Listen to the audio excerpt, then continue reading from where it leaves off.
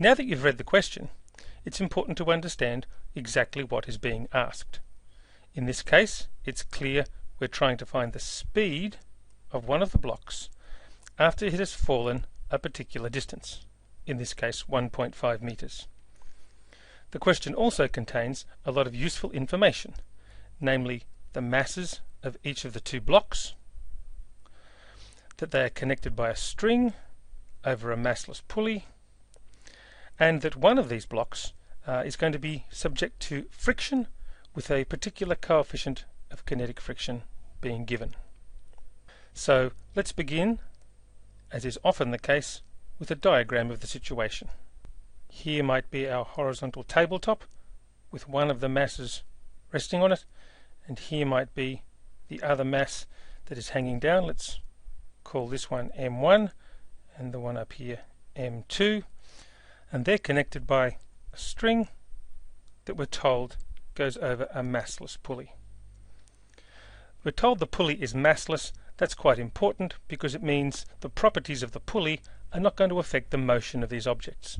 There are no forces required to change the motion of the pulley because the pulley has no mass.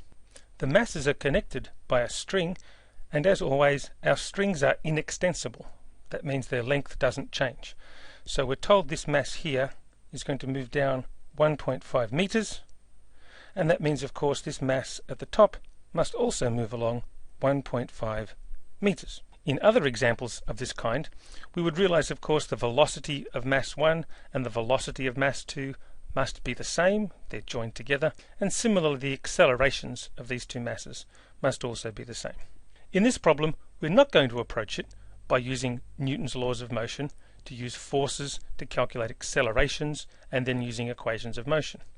We're going to try doing the problem using the work kinetic energy theorem.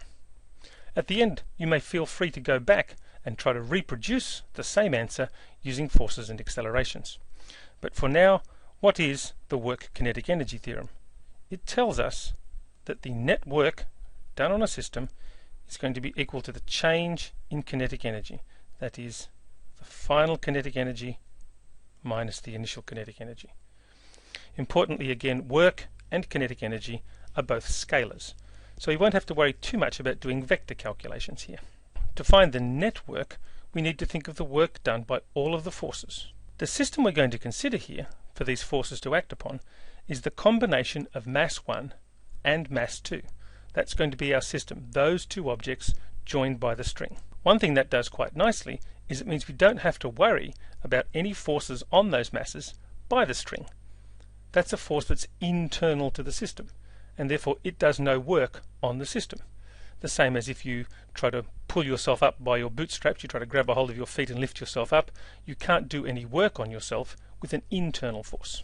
So given that we can ignore any tension force in the string, what other forces are acting on these objects to do work? Well, one you might think of immediately is the work done by gravity. Gravity is certainly acting upon these objects, so it may be doing some work. Another one that we may need to consider is the work done by friction, because we're told the mass sitting here on the horizontal surface has a coefficient of kinetic friction equal to 0.4 as it moves along. So friction may be doing some work.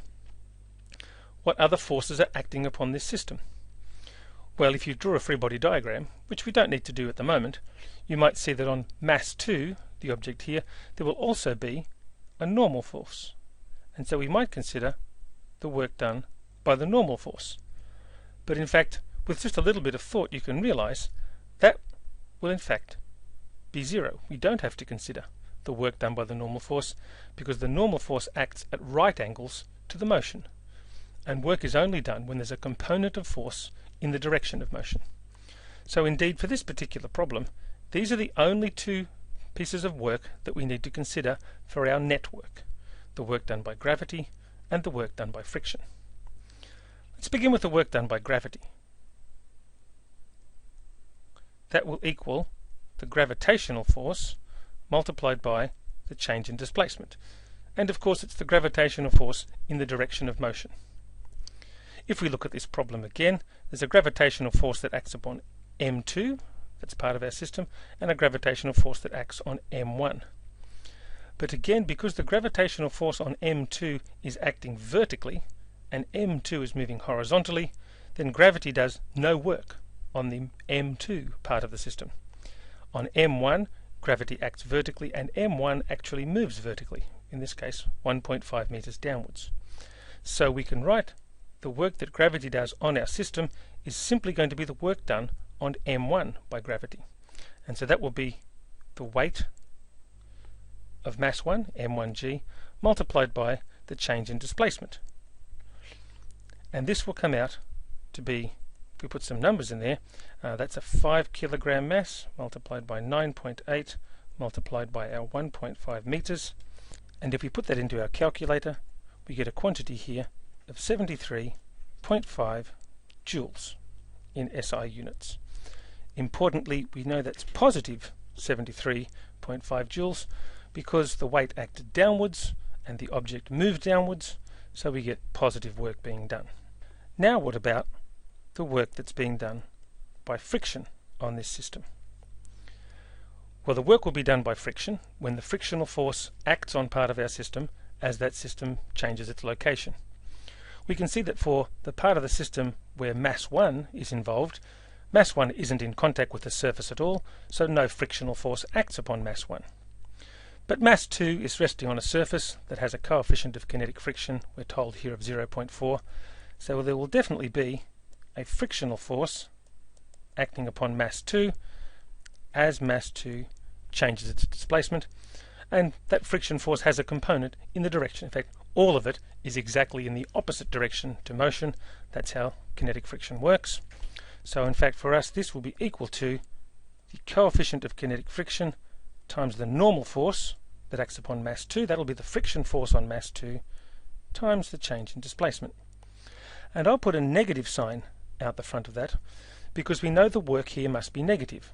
The friction force acts off to the left in this diagram, but mass 2 is moving off to the right in this diagram, and whenever our force and our displacement are in opposite directions, then we have negative work being done. Now we need to know something about the size of the normal force acting upon mass 2, and we can see over here that the normal force acting on mass 2 must indeed be exactly balancing the weight force of mass 2. The only two vertical forces acting on mass 2 are its weight downwards and the normal force upwards, and if mass 2 is not accelerating vertically, and it's not, it's simply sliding horizontally on the tabletop, then those vertical forces must balance. They must have equal magnitudes and opposite directions. So I can now write down here, this is minus the coefficient of friction times m2g times the change in displacement, and these are all numbers that I know. This is 0.4 times a 3 kilogram mass times 9.8 for gravity times 1.5 for the displacement change, and when I put that in my calculator I get an answer of minus 17.6 joules. So these are the only two amounts of work that are being done on my system. In a sense, gravity does work on one part of the system, that is on mass 1 as it changes its vertical position, and friction does some work on another part of the system, that is on mass 2 as it moves along, being affected by the frictional force. Again, I don't need to worry about the tension force. In my system that's an internal force and it will do no work on the system. So now my net work on the system here is going to be the sum of the work done by gravity, 73.5 joules, and the work done by friction, which is minus 17.6 joules, which comes out to give me a net work of 55.9 joules, which I know must equal the change in kinetic energy of the system. Let's move up here to get a bit more working room. So what is my change in kinetic energy? It is half the mass times the square of the speed finally, that's my final kinetic energy, minus a half the mass times the square of the initial speed. And in this case here, quite easily, I know this one here is 0 because the question told me the system was starting from rest. And that's all going to equal the net work being done, 55.9 joules. The mass in the problem here, of course, is the mass of the system. So I can say that my final speed here will be equal to, rearranging this equation, the half on the left hand side has to be multiplied by 2 to make 1, so I multiply the right hand side by 2, 55.9, and I've got to divide by the mass, which will be the mass of the system, m1 plus m2, and I better take the square root of all of that. And when I put numbers in for that, I'm going to have, well, I've got some of the numbers in there already, 55.9 times 2 on the top, and here I simply have 5 plus 3 on the bottom. I will get my final velocity here will come out to be 3.7 meters per second. That's my final speed. Now, nowhere in here did I need to calculate the acceleration of these masses. Nowhere in this calculation was I concerned with the tension in the string. A good exercise is to go back and redo this problem where now you use Newton's laws of motion to find out the net force on the objects, to therefore calculate the acceleration, and then using that acceleration, which will be constant, in the equations of motion, starting from rest, to calculate the final velocity of mass 1 after moving 1.5 meters.